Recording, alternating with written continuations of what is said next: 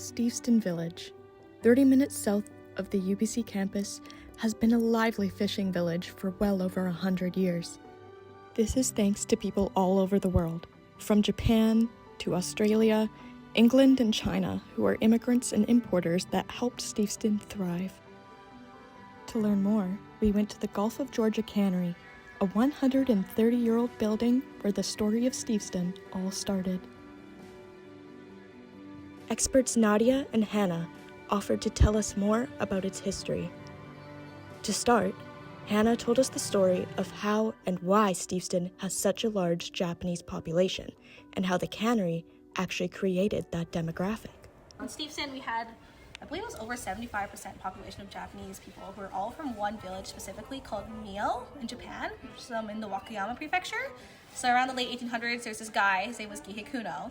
So he came to Steveston, he saw like there was a ton of salmon here and lots of jobs. So he traveled all the way back to Japan, which took quite a long time back then, and told everyone in a small town to come to Steveston because there was a lot of jobs. So like half of Mio moved here to Steveston. There became like lots of Japanese people here and working, and they were really good at fishing, boat building. We still have like a strong Japanese connection today. So like people who are Japanese in Steveston can still trace their ancestry back to Mio from back then, which is really cool. We then met up with Nadia, who explained more about the people that worked here. All the first people who worked in our canneries are mostly indigenous people, so they were the first people to be fishing here on the west coast. But when people started coming from Europe, we saw how many salmon was here and they wanted to make some money, so they built the first canneries. So indigenous people and Europeans first worked here, but they needed more labor to keep up with demand, so we had a lot of immigration from other countries, more from Europe, Japan, China, other parts of the world too.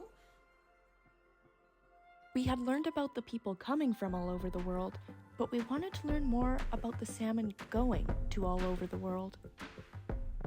So first, our cans of salmon were shipped off by boats, mostly sailboats, so it took quite a long time. One big was going to the UK, also Australia as well, so you can show them this label here. So this is the overseas brand.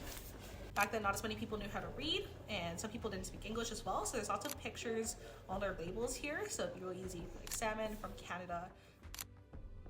And then this guy was made by Walt Disney. So his name is Sammy the Salmon. It's kind of cute.